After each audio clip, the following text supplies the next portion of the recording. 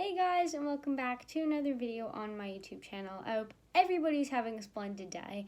I just watched Victoria Rachel's video, and if you don't know who she is a hamster YouTuber, kind of does the same thing, but it's mostly about hamsters and a little bit about bunnies. So if you don't know who she is, definitely check her channel out. She's amazing. But basically, she just posted a video about everything you need for a hamster, so I thought I should do that for fish. So here's a fish video about everything you need. I know I've made some of these videos like what you need when you bring home your fish, blah blah blah blah blah, but this video will have more pictures, more like better products than others and stuff not to buy. So it's just going to be full of products that you can and cannot use, product ideas, and everything like that that might help you out with your fish. So yeah, let's get started. So the first thing you're going to need for your fish is a tank. Obviously some sort of tank. I cannot give you a size in the comments. You can totally ask me sizes if you want. All I can tell you is for a betta fish, they need to have a 10-gallon tank and nothing smaller. That's all I can tell you, because some people have like one fish, like a betta fish. Some people have little schools of fish, like 10 or 20. Some people might have 5. So I can't tell you what size tank you can have. It's not as simple as like a hamster or a gecko. So if you have any questions, ask me in the comments. Okay, so now that that's out of the way, definitely make sure to get a tank like this, like that, anything like that. I would recommend having a lid on your tanks if it's a wire lid that usually comes with the tank. If it's a lid like that that has a light, I'd recommend having a lid just in case your fish decides one day he might want to jump out of the cage. Might not be good. So definitely recommend a lid on any of your cages. The second thing you're going to need is some sort of sand or gravel in the bottom. For that tank and for that tank, I use sand. I got the sand at Petco. It's just a sand for saltwater, freshwater tanks. You cannot use saltwater sand for a freshwater tank. It will make the water salty and it will easily kill your fish. So definitely make sure to have fresh water for your freshwater tank and saltwater for your saltwater tank. Don't mix it up. It's the same thing with using dust for hamsters instead of sand for hamsters. Just don't use it. Try to stick to freshwater and saltwater for each of your tanks. The next thing is going to be plants. Plants are just very important. There are plenty of plants out there. I don't really know a lot of names for plants, but all you should know is that plants need light and they need plenty of water, which is obviously in your tank. So overall, plants are not that hard to care for. They already have the water. You just need to make sure you have a light for most of the day. Mostly any fish plants can go in water. The only thing you shouldn't really use that can be stuck like underwater is bamboo. There's probably other plants, but sometimes people get mixed up with bamboo. It can sit on the top of your tank. It can't be fully submerged underwater though. The next thing is going to be a light. There are plenty of lights. There's lights that hang over your tank. There's hoods. There's suction cup lights. There's kind of lights like a desk light or something. I would either try to get a suction cup light or a hooded light or a light that kind of goes over your tank. The only thing about the lights that go over your tank is that if you have a top, they won't get as much sunlight because of the top of the tank. So suction cup lights are really good. That's what I have in here.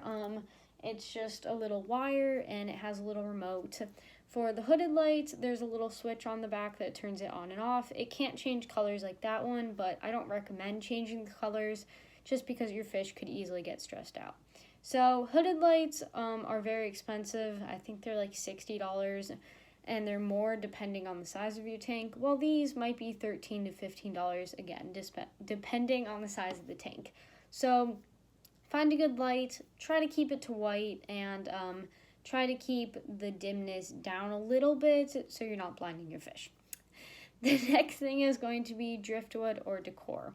So driftwood fits into decor, just saying. You can have rocks. You can have driftwood. You can have like toys, like I have 2 big toys in there.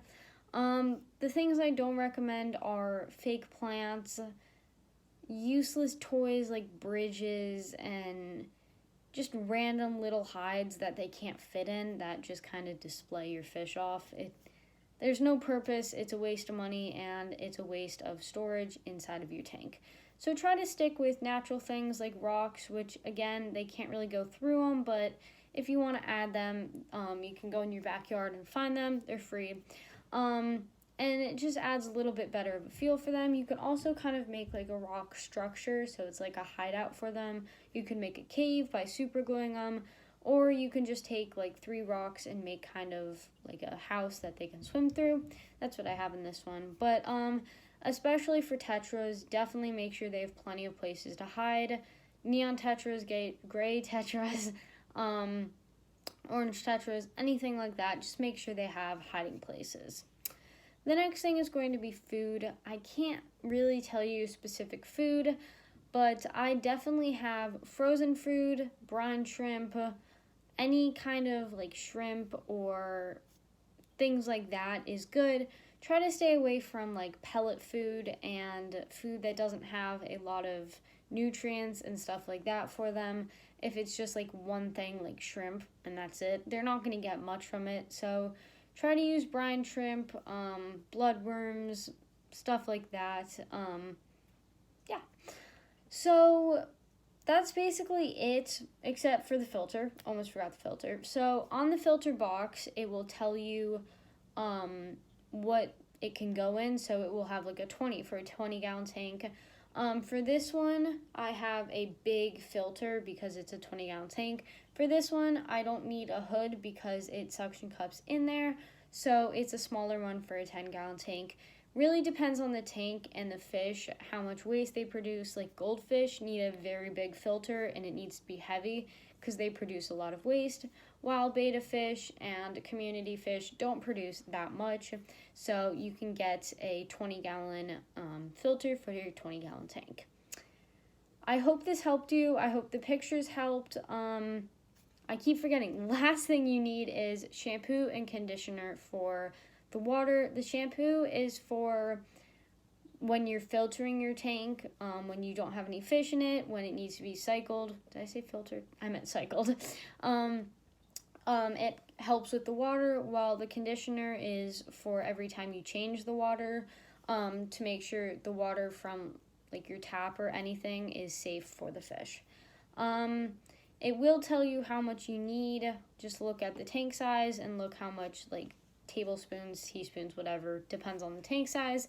We'll go into it. Just kind of like, it's like liquid, so you just kind of like sprinkle it around or whatever. But yeah, I hope the pictures helped, and if they did, definitely let me know because I can totally add more in there. Yeah, I'll see you guys in another video. Please like and subscribe. We're getting there to 1,000. We're a little off, but we're getting there. So thank you guys so much, and I will see you in another video.